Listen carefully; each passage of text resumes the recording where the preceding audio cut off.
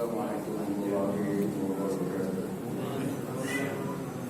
Barakallahu Mustafa balillah indana wa lana mada ya wasi'al karami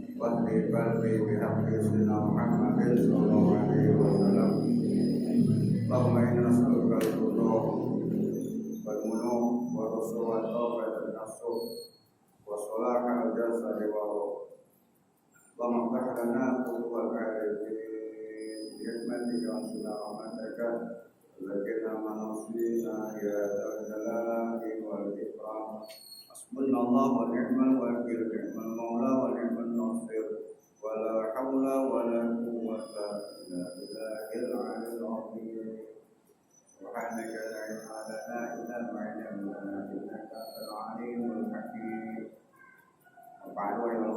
yang berbahagia, para sahabat, para guru, para bujar sunnah pengurus masjid, beramal senantiasa dirahmati Allah Subhanahu wa Ta'ala. Kembali kita bersyukur kepada Allah atas segala limpahan rahmat, taufik, hidayah, serta rekatan dan nikmat.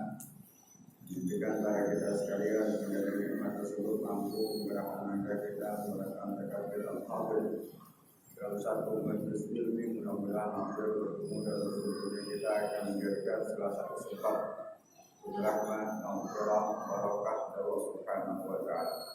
Salam tak lupa kita tersanjungkan kepada kita baginda besar kita Muhammad sallallahu alaihi wasallam, keluarga dan para sahabatnya.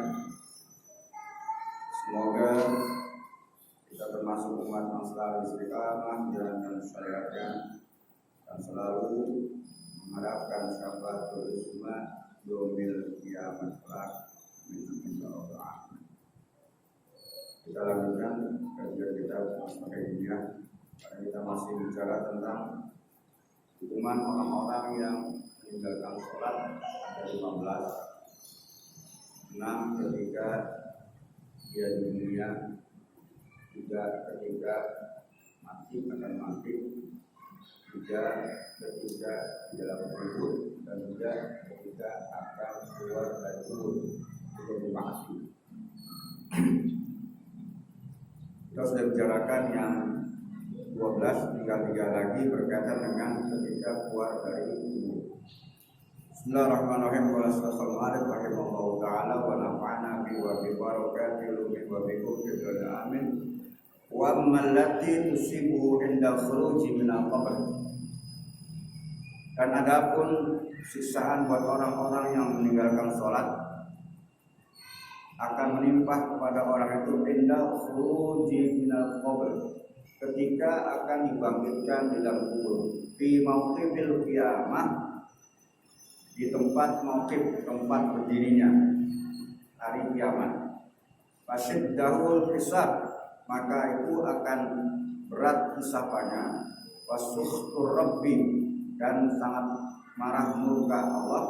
Wa dukhulin nar, istaya endingnya masuk ke dalam api neraka. Jadi pertama kita lihat dalam surah Al-Qiyamah, jika sama unfaqarat wa idza kawakibun tasarat wa idza biharu fujirat. Ada kalimat wa idza quburu fujirat.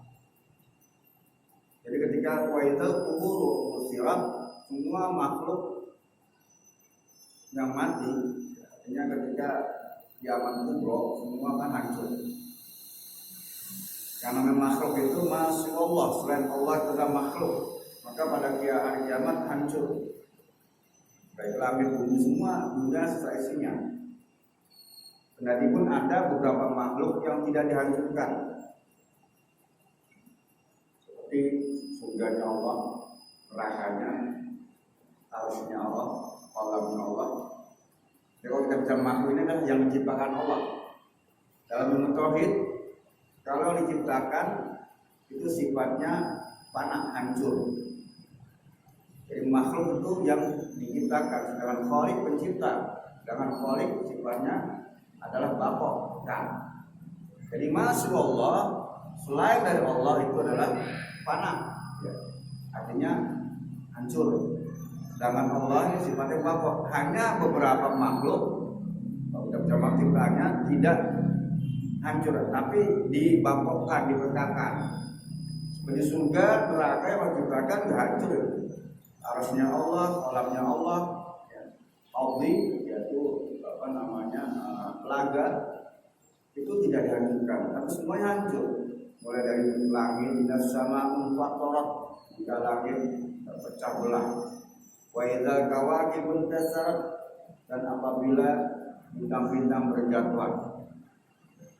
Wa idza kawakibun tasarat, wa idza biharu fujirat, dan apabila air bah ke daratan, tsunami. Wa idza biharu fujirat, tapi dalam surat takwir wa idza biharu sujirat. Kalau sujirat itu airnya dalam keadaan panas. Saya ingat 2004 Aceh kan, itu airnya biasa, tapi kalau sujirat panas. Nah, ketika hancur semua, bumi hancur semua, makhluk hancur, tidak langsung Allah bangkitkan makhluk itu. Tapi nunggu dulu. Kalau kita lihat ini 40 tahun nunggu lamanya, baru Allah bangkitkan. Nah, maka kalimat wa'idal kubur mu'assarat, apabila kubur-kubur dibangkitkan. Artinya semua makhluk yang namanya manusia, mulai dari zaman Nabi Adam sampai dengan akhir zaman, kemudian Allah bangkitkan. Bagaimana cara Allah membangkitkan? Ada alam namanya alam arwah. Arwah ini jamak darur. Kalau kita lihat dalam ilmu tauhid ada 5 alam. Alam ruhnya orang-orang, alam ruhnya para nabi dan rasul. Yang kedua, alam arwahnya orang-orang mati syahid. Yang ketiga, alam arwahnya orang-orang yang beriman. Kemudian yang keempat, alam arwahnya orang-orang mujrimin.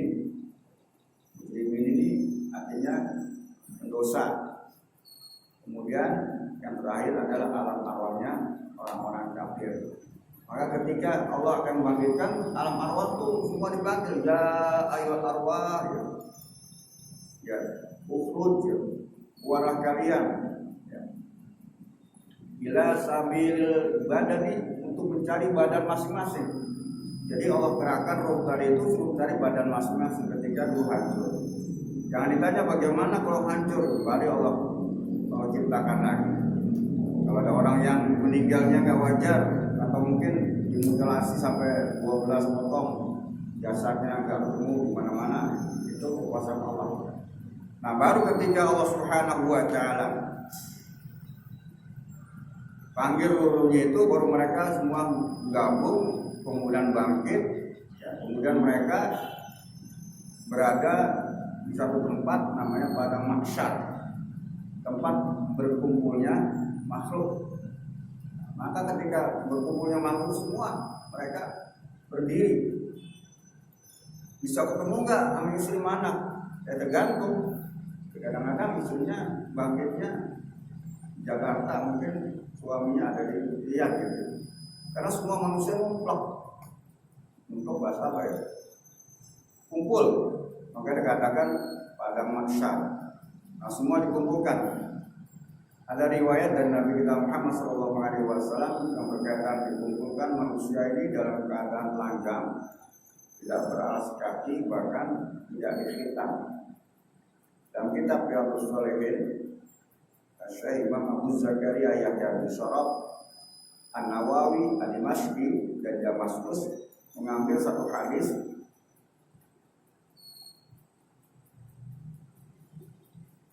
yang diriwayatkan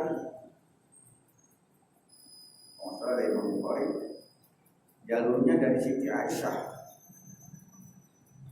Siti Aisyah berkata, sami'tu Rasulullah sallallahu alaihi wasallam yang salama, aku mendengar, kata Siti Aisyah, bahwasanya Rasulullah sallallahu alaihi wasallam yaqulu, beliau bersabda, yuhsyarun nasu, akan dibangkitkan manusia, dikumpulkan yaumal qiyamah, pada hari kiamat, dalam keadaan unafan, uratan, burlan, dalam keadaan telanjang, dalam keadaan tidak beralas kaki, dalam keadaan kurlan.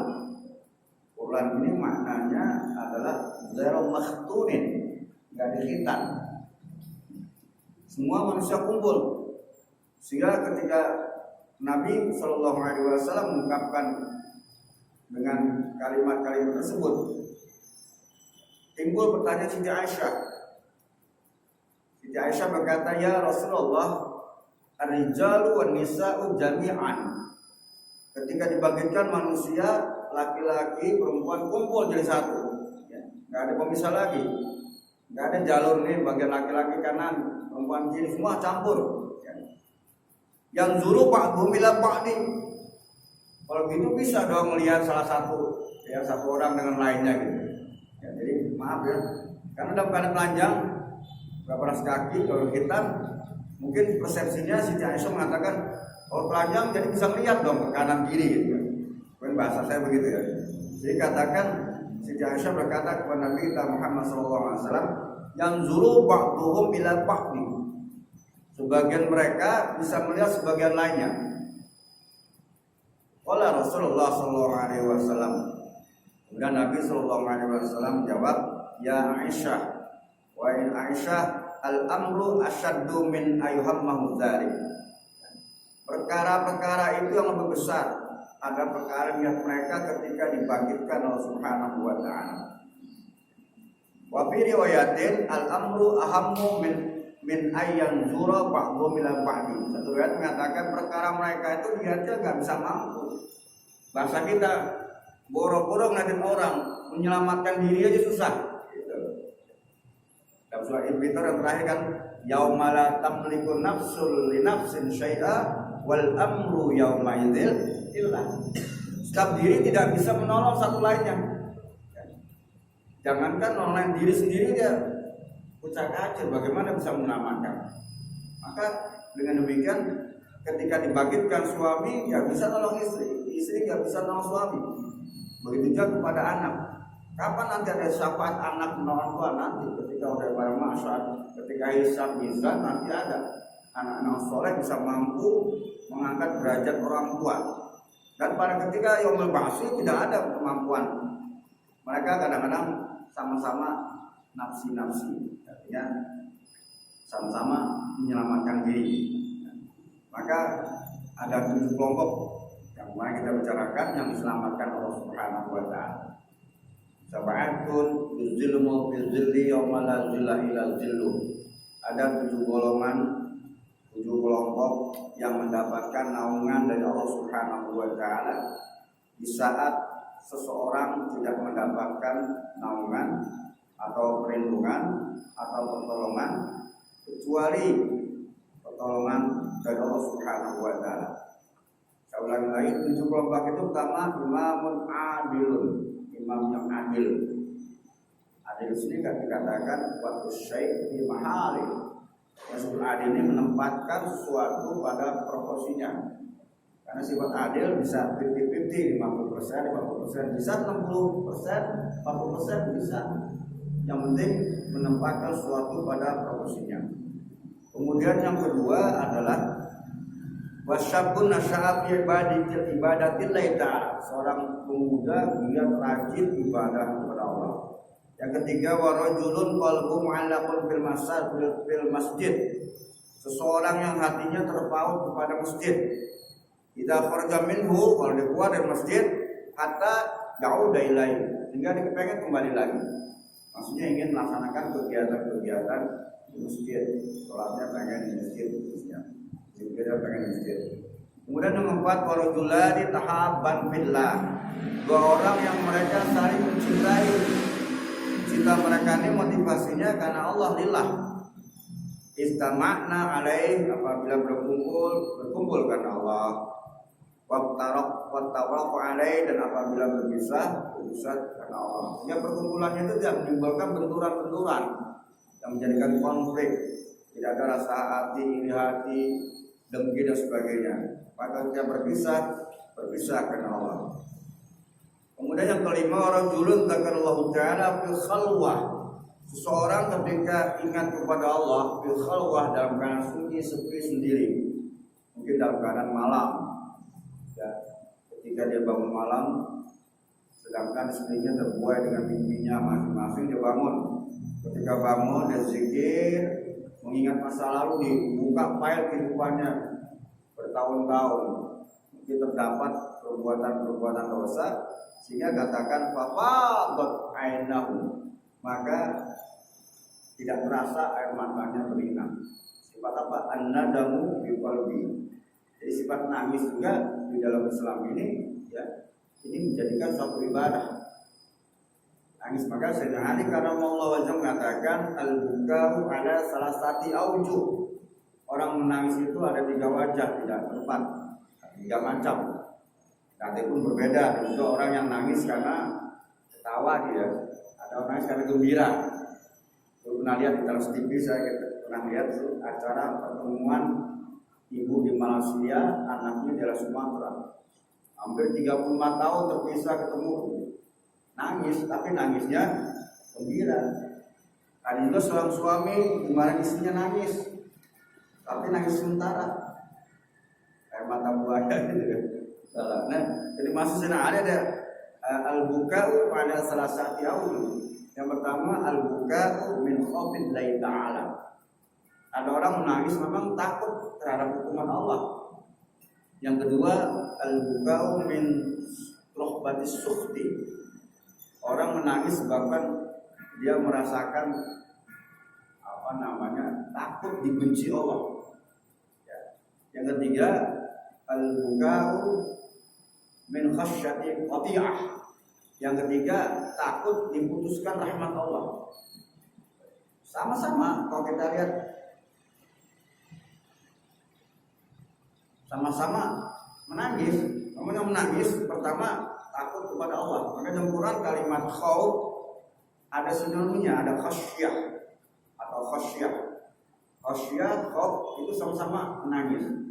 Tapi ada namanya wajilan. Wajilan menangis sambil hati takut. Khauf atau khasyah takut. Tapi ada takut yang lebih mendalam namanya wajilan. Wajilan itu takut sambil gemeter. Ada orang takut tapi tidak takut saja. Wa idza qala abdu inni akhufun nar. Ada sebagian orang yang mengatakan saya takut neraka. Falam yakmal anil maksiyah, tapi dia enggak menghindarkan maksiat. Bagaimana bisa gitu kan? Takutnya cuma sementara. Tapi takutnya itu harusnya kalau dia takut kepada Allah ya takut meninggalkan maksiat. Maka itu ada jamaah bahagia, ada memang menangis memang karena takut kepada Allah. Yang kedua takut dimurkai Allah. Allah benci kepada orang rusak. Ya. Wallahu la yuhibbul mufsidin. Allah enggak senang kepada orang rusak. Baik rusak di bidang akidah, ibadah, rusak dalam bidang sosial. Ini ada orang-orang paling dibenci Allah. Maka orangnya takut diputuskan rahmatnya dari Allah Subhanahu wa taala.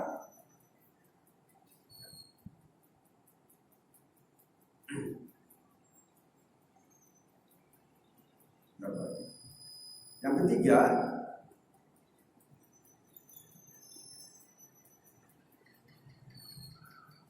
adalah al-buka'u min khasyati qati'ah. Orang yang menangis disebabkan karena takut diputuskan rahmat. Saya sering katakan rahmat ini adalah kasih sayang Allah.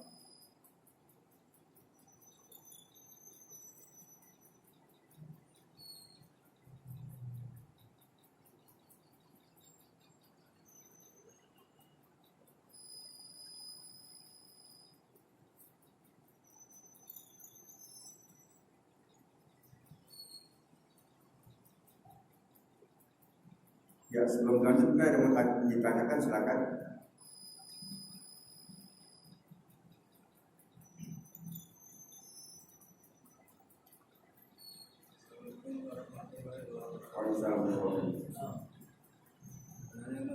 Ya, silakan. Misalnya siksa kubur itu di antara kubur itu ada beberapa orang yang dikubur jadi satu lubang. Itu kalau yang satu di antaranya disiksa dalam kubur itu apa yang lain bisa melihat atau bisa mendengar siksaan yang di antara satu kuburnya? Iya. Alamnya kan tetap alam arwah. Maka ada satu riwayat ketika sebenarnya disiksa, dia bisa mendengarkan siksa semacam itu. Makanya beruntung bagi orang-orang yang kalau di kelompok tempat-tempat alam barzah itu kelompok orang-orang yang soleh. Jadi tempatnya dalam keadaan tenang. Jadi tidak bisa melihat, cuma mendengarkan orang-orang yang dalam keadaan disiksa. Dan juga mereka pun kadang-kadang tidak mendengarkan karena saking nikmatnya mendapat nikmat kubur. Dalam satu hadis Nabi kita Muhammad SAW menjelaskan ketika orang mendapatkan nikmat kubur, itu bahasa kita ditidurkan Allah seakan-akan mimpi mendapatkan nikmat. Rasanya itu ditidurkan Allah. Ila yaumil ba'tsun sampai bangkit pada hari kiamat. Jadi ada hadis mengatakan idza dakhala kullu sholeh, jika orang soleh masuk dalam kubur, ya, maka ketika masuk itu kemudian berkata dua malaikat. Waqalat malaikat ini katakan oleh malaikat dikatakan nam amana silakan kamu tidur tenang. Silakan kamu tidur tenang sampai 3 kali itu. Laksana tidurnya pengantin baru. Ya, artinya maknanya, isyaratnya kalau pengantin baru kan senang aja dia. Dia tidur tapi dalam keadaan tenang. Jadi tidurnya itu dia bisa melihat ada celah-celah surga. Makanya kata diperlihatkan al-jannatu wa na'imuha. Dalam barzakh ada mengatakan dia bisa melihat celah surga tapi bukan dalam keadaan mimpi. Tapi hadis ini mengatakan Allah berikan celah-celah surga bisa melihat al-jannatu wa na'imuha. Surga dengan kenikmatannya. Ya, kita lihat ada beberapa hadis. Jadi kalau lihat konteks dari hadis ini, maka orang yang merasakan nikmat kubur dia tidak bisa mendengarkan sebelah kanan kirinya ketika bisa. Dulu kita bicara tentang bagaimana pertanyaan di dalam kubur. Saya nggak hafal hadis, tapi bisa bacakan saja. Mudah-mudahan ketemu.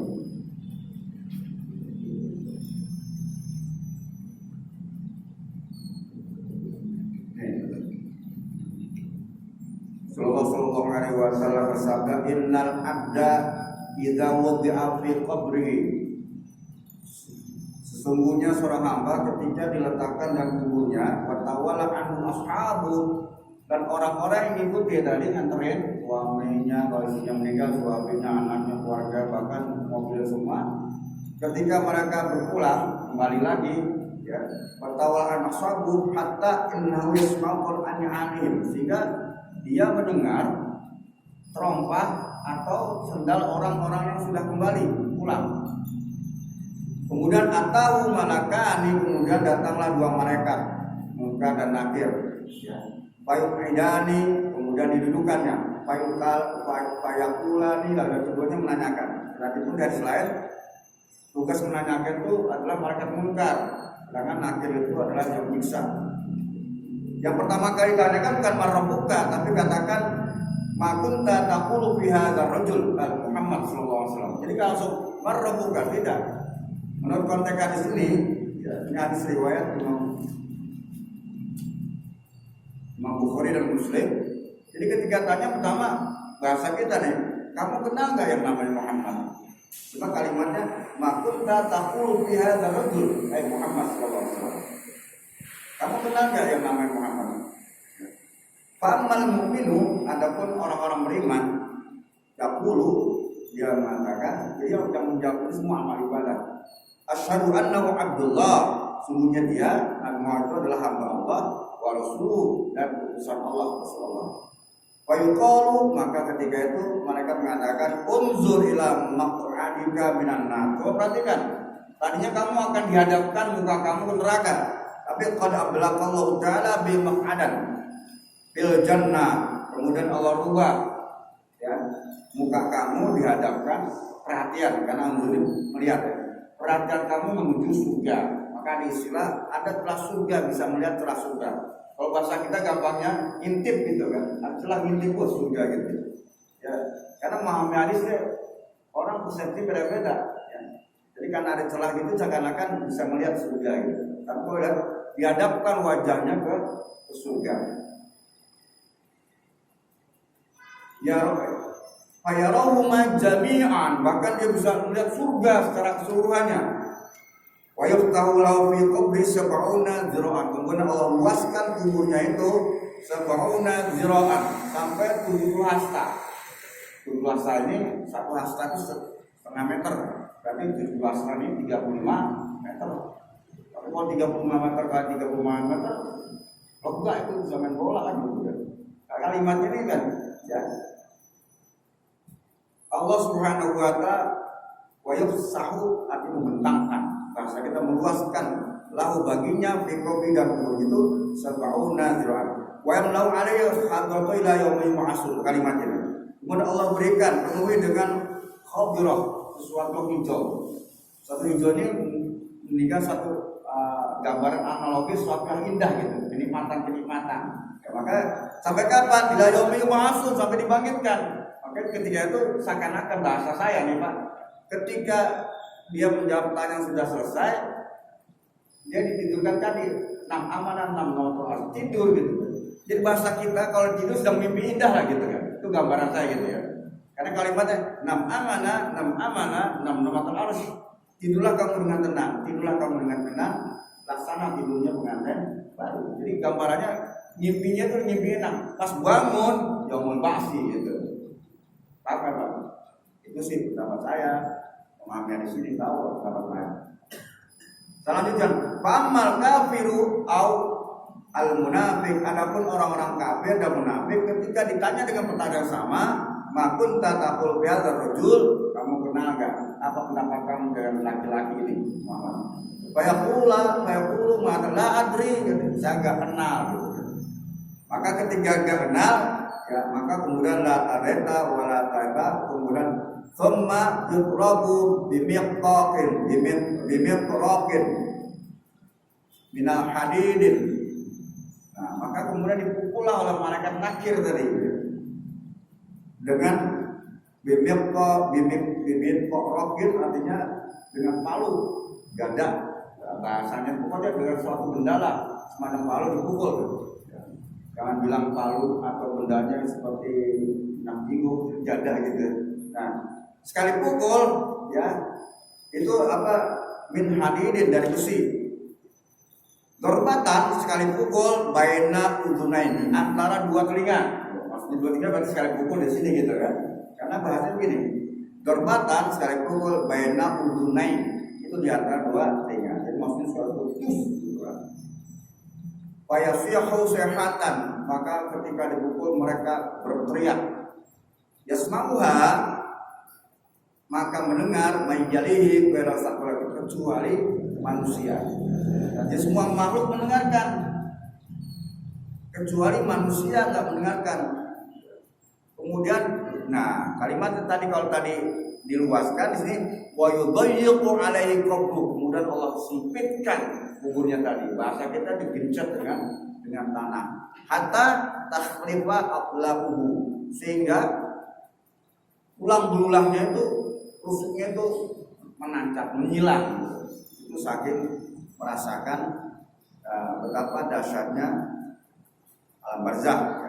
Ini menunjukkan bahwasanya orang-orang yang mendapatkan siksaan dari Allah Subhanahu wa taala di alam barzakh itu fisiknya merasakan. Sebab ada mengatakan, loh, kan udah mati masa merasakan? Ya tetap merasakan, karena di sini kalimatnya adalah sampai tulang belulangnya itu bersilang itu. Ya rusuknya itu sampai bersilang disebabkan karena digencet. Itu bukan lagi dipukul lagi, tapi digencet. Nah, ini menunjukkan semua mereka menyaksikan. Artinya menyaksikan, mereka melihat apa-apa yang terjadi tadi. Artinya orang yang mendengarkan siksaan mereka itu kecuali manusia. Kalau kecuali manusia berarti selain manusia bisa dengar, hewan-hewan bisa dengar. Nah, kenapa manusia nggak bisa dengar? Kita bacakan dengan hadis yang lain. Kita korelasikan dengan hadis lain. Idza wudi'al janazatu, apabila jenazah ini diletakkan, wahtamalhar rijal, kemudian digotong diangkat oleh seseorang. Ya, kalau kita gotong biasa 4 orang 6 orang gitu kan. Ala anakihim, di atas pundak mereka. Fa in kanat sholihatan, kalau si mayit itu orang soleh, orang baik,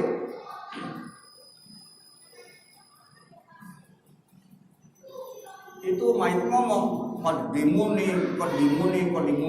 Bahasa kita dahulukan. Maksudnya apa? Cepat. Kenapa? Karena di alam barzakh dia udah tahu. Alam barzakh itu dia akan mendapatkan nikmat kubur. Makanya Sunnahnya kalau meninggal jangan terlalu lama. Kalau perlu, kalau keluarga dekat udahlah meninggal pagi itu jam 1 kuburin. Kenapa? Supaya dia cepat-cepat mendapat nikmat kubur. Jangan nunggu anaknya di mana di Papua. Nunggu lagi seharian. Udah datang bukannya doa malah nangis. Sia-sia kan? Kasihan kalau dia ahli orang soleh, cepat-cepat dia mendapatkan nikmat kubur. Ya, tapi sebaliknya, wa in kanat ghairu sholihatin. Tapi kalau bukan orang soleh, ahli maksiat, kalau ngomong juga, cuma ngomongnya beda. Ya wailaha, celaka. Aina tadhhabiha. Mau dibawa kemana saya? Kenapa? Karena alam barzahnya itu udah tahu mendapatkan siksa kubur. Cuma yang gotong nggak dengar kan? Ini salahnya. Kalau dengar sih, bang jangan bang gitu kan? Nggak dengar dia tuh. Ya. Nah, yasma'u sautaha kullu syai'in illa insan. Yasma'u mendengar sautaha teriakan dia, baik teriakan dari ngomong itu maupun teriakan ketika di mendapatkan siksa kubur. Kullu syai'in semua makhluk illal insan oleh manusia. Kenapa manusia tidak diperdengarkan? Walau sami'ahu, seandainya manusia mendengarkan siksaan kubur, la shahid pasti pingsan, nggak bisa nahan terus. Untung kita nggak dengar. Makanya kita cuma punya sifat mendengar. Kalau Allah Maha mendengar, kita pendengaran kita aja sama anjingnya kalah. Anjing 200 meter dengar. Nah, kita setengah meter aja nggak dengar. Apalagi umur kayak kita ya. Nah, gitu. Jadi kenapa nggak dengar? Ya karena kalau dengar sisa itu, waduh, repot yang rumahnya dekat kuburan tiap hari. Gitu Pak ya, mohon maaf ya panjangan. Jadi artinya kalau lihat berapa hadis, walaupun sama-sama kuburan, itu dia kalau yang ahli surga, ya artinya mendapat nikmat kubur, dia nggak bakal dengerin gitu kan. Oh kenapa dia tetangga berisik? Enggak gitu. Tapi nggak pindah lagi kuburannya berisikan. Ya ada yang lain nih Pak, silakan.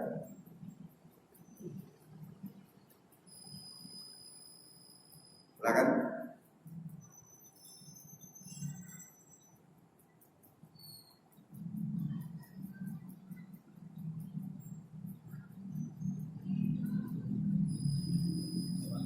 Ya. Silakan. Assalamualaikum warahmatullahi wabarakatuh. Saya pakai gimana tentang mati suri pakai air. Itu kan mati sementara tuh kembali. Apakah ketika dia mati suri itu dia diperlihatkan hal-hal yang dia gugur dan bisa segala macam? Apakah ketika mati suri itu dia akan ditanya atau tidak lagi? Ya. Assalamualaikum warahmatullahi wabarakatuh. Ini pengalaman kakak mertua saya. Itu pengalaman studi. Itu nggak sempat ditanya.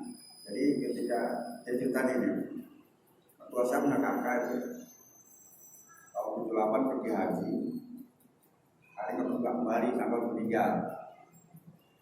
Di zaman dulu lagi di kampung dari Bandung ya. Kalau tahun dari 40 hari nongol tahunnya. Karena nyasar, tapi ada nganterin gitu kan. Kedua kali meninggal tahun saya meninggal tahun 1982, dia 81 meninggal. Jadi ketika meninggal, udah seperti bahasa gitu. Mereka mantunya adegan gitu. Dikubur. Pas kubur itu udah mau dibuka, dan kapannya ketika lantar, nah itu dibuka kan. Tiba-tiba bangkit. Nah anaknya kaget. Di bangkit itu mau diambil ini keluar bagus gitu. Kaget. Pas dilihat matanya melek gitu. Malah lari ke atas. Dia lihat hidup lagi, namanya di kampung kan refleks begitu ya. Hidup lari. Nah, ini ya baca doa lagi tuh. Baca doa lagi kemudian buka benar. Karena bisa melihat. Akhirnya kan kapan buka lagi. Jadi waktunya hanya kira-kira berapa jam? Mungkin 8 jam ya. Meninggal jam sekian, 8, tidur sekian. Nah ini benar setelah dibuka kembali, dia akan bisa nafas. Itu hampir 3 hari nggak bisa ngomong. Akhirnya ini artinya yang jadi ya, artinya memang fakta. Tapi mungkin pengalaman rohaniah orang beda-beda. Kalau kita dengar di TV lagi itu ada seorang wanita juga dia masuk dalam keadaan rumah sakit dalam keadaan koma, gitu ya. Ceritanya beda. Kalau ini sudah kubur, hari setelah 3 hari baru bisa ngomong. Tapi traumanya itu keadaan istri, dia mengatakan belum sampai ditanya karena belum orang-orang kan belum meninggalkan, masih dalam alam barzah. Cuma yang jadi masalah kebenaran tadi adalah ketika orang yang datang dia berkomunikasi nggak bisa. Ya. Kalau kita lihat di dalam tafsir Yasin, Ahmad bin Zadah menyebutkan, maka disuruh ketika orang yang meninggal itu baca Yasin.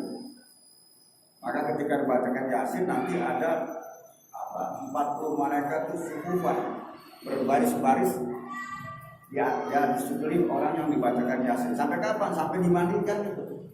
Dalam tafsir Yasin. Ketika meninggal dibacakan Yasin, itu malaikat diujar. Jadi ketika orang meninggal datang, dia bilang terima kasih Bapak, udah nggak nyambung gitu kan. Jadi ruhnya dia, orang datang.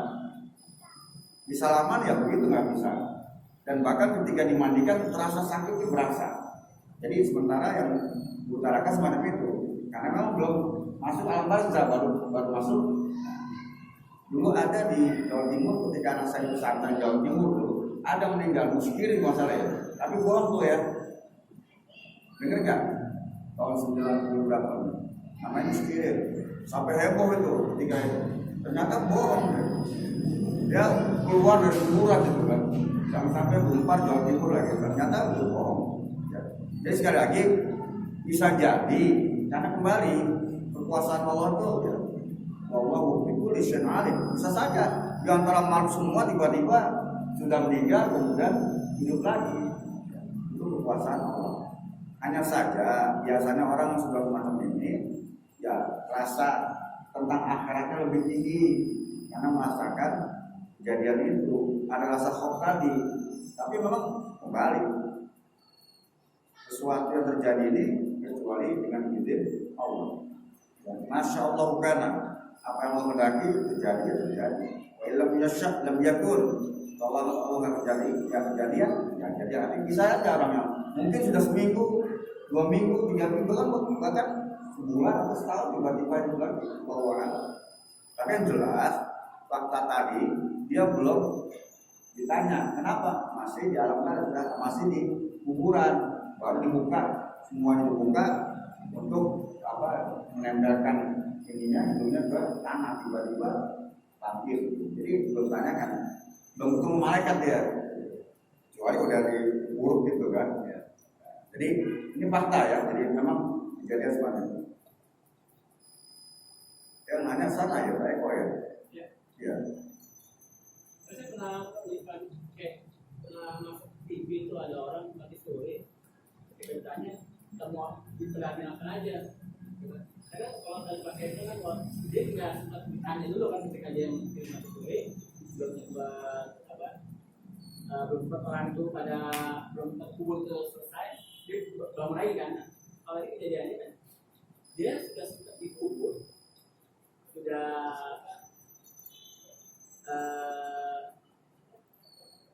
jadi ada keluarganya itu mimpi sama dia. Saya masih hidup selama 3 hari mimpi ini. Ketika dibuka memang dia masih hidup dan ada bekas kalau buang segala macam seperti itu. Yakin udah lebih sehari atau lebih itu berarti ada kebiasaan. Oh, tapi dia sempat bertanya oleh malaikat itu. Ya iyalah, karena ketika orang mati itu memang